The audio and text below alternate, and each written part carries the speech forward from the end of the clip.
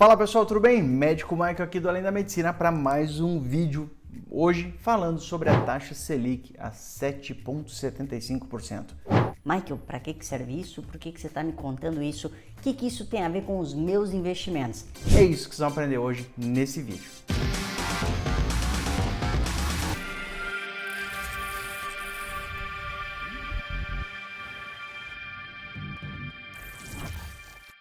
Fala pessoal, então, taxa Selic agora 7,75% ao ano. E muita gente do Finanças Nominadas tem perguntado para mim qual é a estratégia a partir de agora que a Selic está subindo. A estratégia é esperar minha cachorra parar de tomar igual uma ogra, a água dela, para eu poder... Pronto.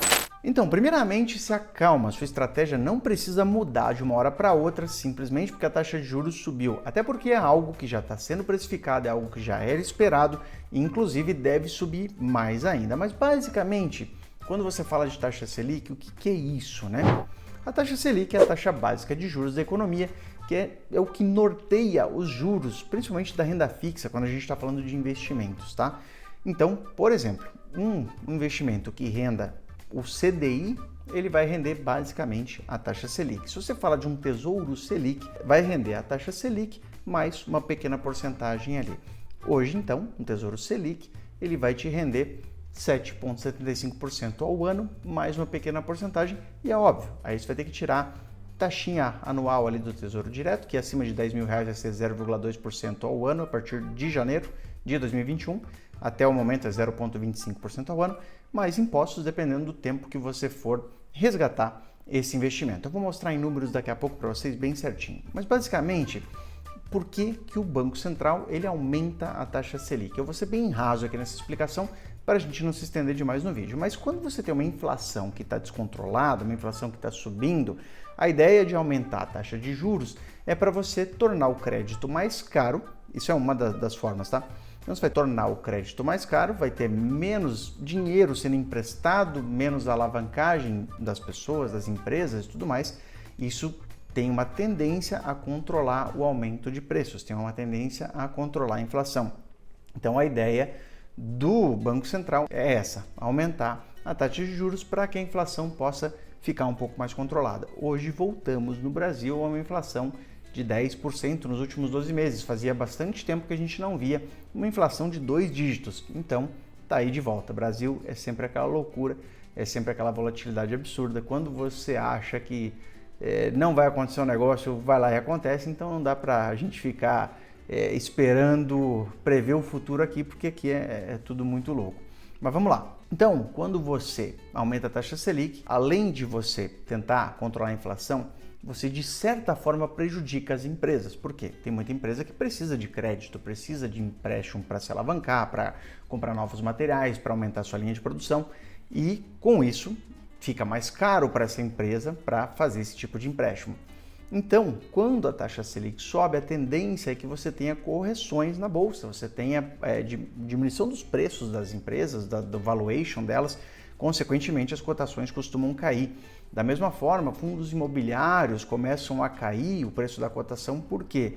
Porque a partir do momento que você tem uma renda fixa te pagando 7,75% ao ano, que teoricamente tem muito menos risco, talvez seja menos interessante de você investir num fundo imobiliário que esteja te pagando um valor menor do que esse. Eventualmente o fundo imobiliário está te pagando 6,5%.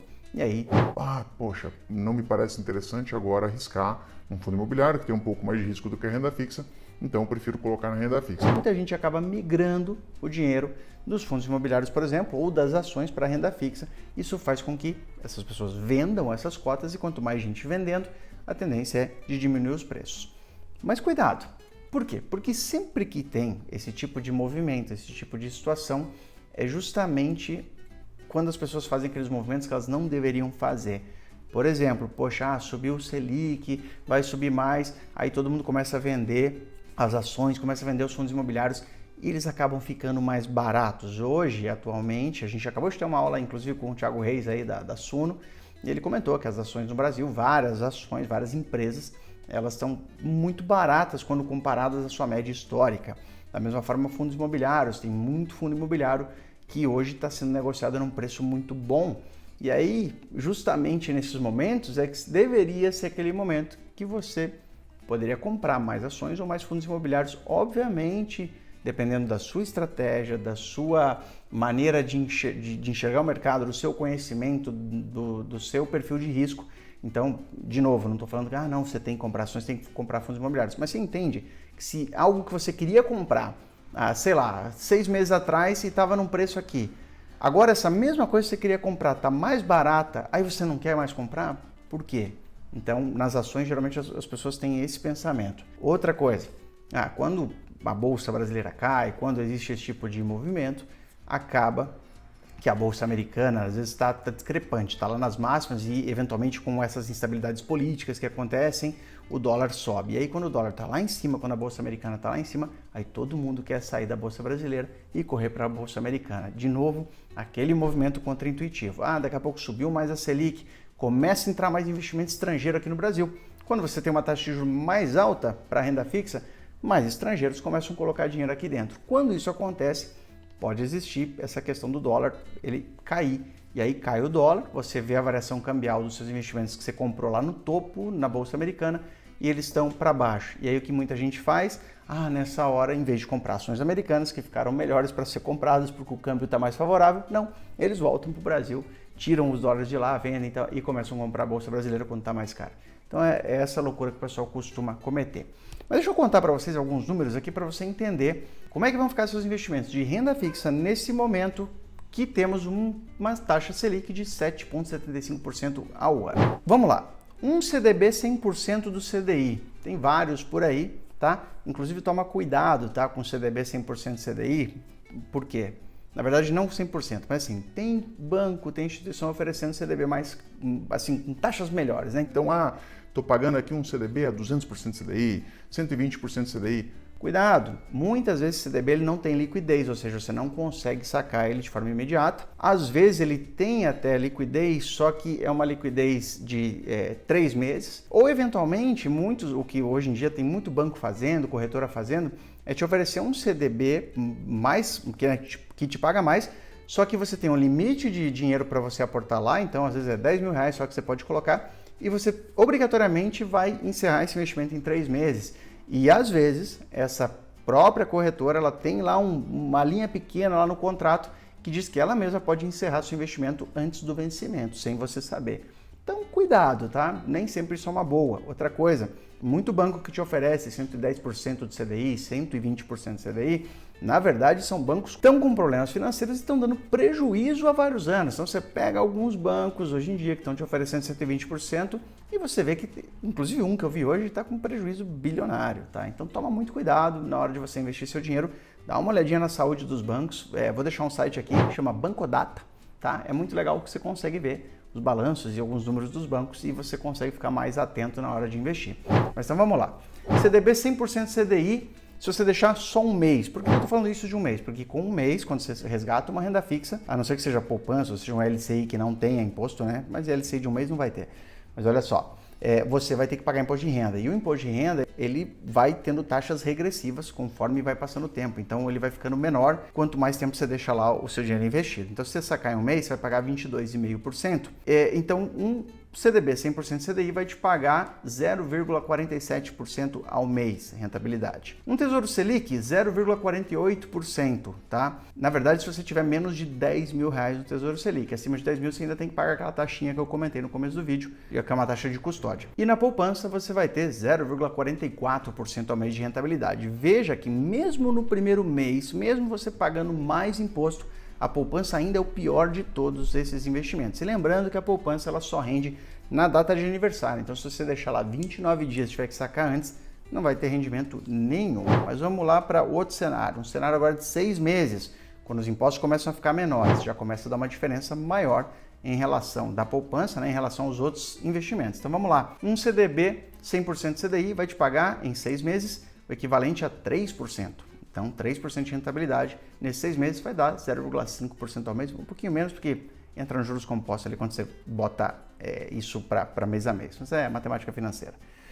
Um Tesouro Selic vai te pagar 2,9%, 2,98%, na verdade, quase 3%, e a poupança 2,67%. 3 anos, nesses investimentos, olha como já vai mudando mais. Então, um CDB 100% CDI, ele vai te pagar 21,03%. O Tesouro Selic, abaixo de R$10.000, 21,4%. E acima de R$10.000, 20,9%. Veja como muda por conta daquela taxa.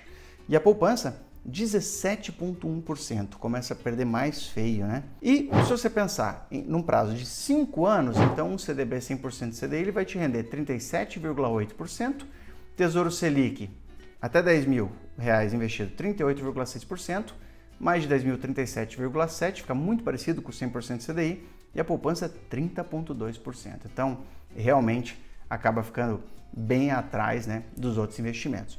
Michael, chegou a hora de colocar em renda fixa por conta dessa Selic que aumentou. O que eu faço? Segue a sua estratégia que você já vinha seguindo e que eu mostro para o pessoal lá do Finanças Dominadas. Tá? Você já montou a sua carteira, o seu objetivo de carteira, você já montou seu objetivo de quanto você quer em renda fixa, quanto você quer em renda variável. Você já sabe tudo isso. Não fique enlouquecido, mudando sua estratégia, vendendo ação porque caiu, vendendo fundo imobiliário porque... Não, você vai rebalancear sua carteira daquela forma inteligente. Por exemplo, você tinha 50% em renda variável, 50% em renda fixa. Caiu a renda variável, as ações diminuíram de preço, os fundos imobiliários diminuíram de preço. Onde é que você vai colocar seu dinheiro novo desse mês? Onde é que chegou seu salário? Onde é que você vai investir? Na renda variável, que está mais barata, está mais para trás. Da mesma forma, se de repente, né, a renda fixa estiver mais para trás, você coloca nela. Então não tem segredo, independentemente desses movimentos, não fique inventando moda não, tá? Então, Michael, mas eu ouvi falar de Tesouro Direto, Tesouro Selic, Tesouro IPCA, Tesouro Pré-fixado. E aí, é uma boa? Devemos entrar agora nesses ativos? Calma, eu vou fazer um vídeo só sobre Tesouro Direto, só sobre os riscos, as nuances de cada título, o que você deve tomar cuidado na hora de decidir. Vou te mostrar quais são adequados para cada tipo de situação, para cada tipo de prazo, e isso vai ser no próximo vídeo. Então, cara, se você não quer perder, vai ser um conteúdo muito legal. Eu estou fazendo uma pesquisa bem bacana para você, vai sair na próxima quinta-feira, aqui no canal da Além da Medicina. E se você gostou desse conteúdo de hoje, se você curtiu esse vídeo, dá um like aqui para mim, se inscreve aqui no canal e não deixa de me seguir lá também no Instagram, Médico Michael, que todos os dias eu tô lá postando muita coisa bacana sobre investimentos para médicos e acredito que vai ser muito útil para você. Tamo junto e é só o começo.